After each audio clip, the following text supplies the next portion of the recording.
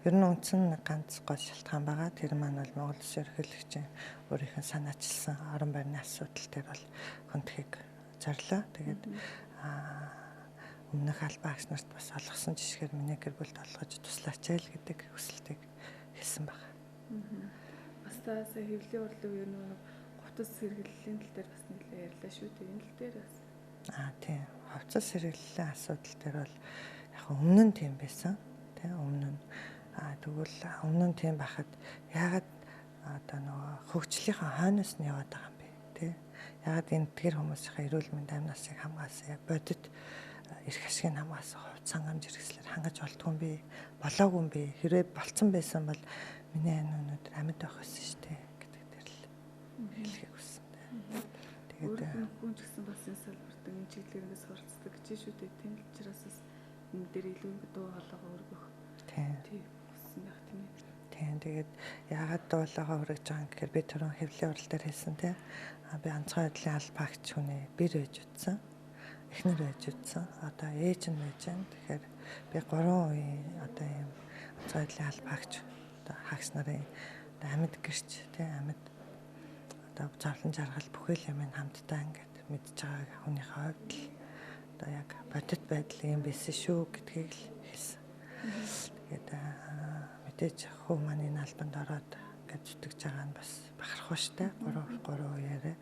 Тэгээд онцгой байдал гэдэг алба өөрөө бас маш бахархмаар одоо мэрэгжил миний гэр бүл ч гэсэндээ энэ хүү албаар үргэлж бахархаж энэ албыг энд ажилладаг аврагч нарыг бол маш хүндэлдэг шүү дээ. Танихнуудад энэ салбарт олон жил ажилласан тэгээд олон шанартай, туршлагатай хүн. Тэгээд тэгэхээр одоо энэ хугацаанд бас та ингээ хувцас сэргэлийн тухайд ярил одоо энэ хугацаанд хувцас сэргэлэн хичнээн ингээ тавтамжтайгаар ингээ солигдож өгдөг бэ. Хамгийн сүүлд 22 онд нэг яг сольж исэн санагдаад байгаа би 22 онд шинэ жилийн үеэр сольж исэн санагдаж байгаа.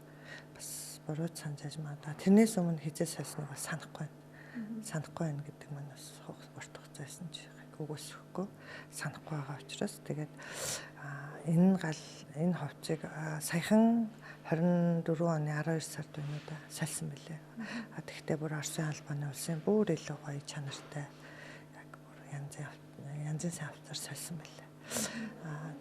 Одоо сайжирч байгаа нь мэдээж баярлж байна. Гэхдээ ягаад өмнө нь ингэж болоогүй юм бэ те? Одоо магадгүй сая шинэ жилээр солилцсон гэдэг дахиад хугацаа заах юм уу? Энэ хувцас чинь өнөөдөр энэ хүмүүс чинь гал руу орчоод хувцас хайрлаа яваад байхгүй шүү дээ. Унтраан те.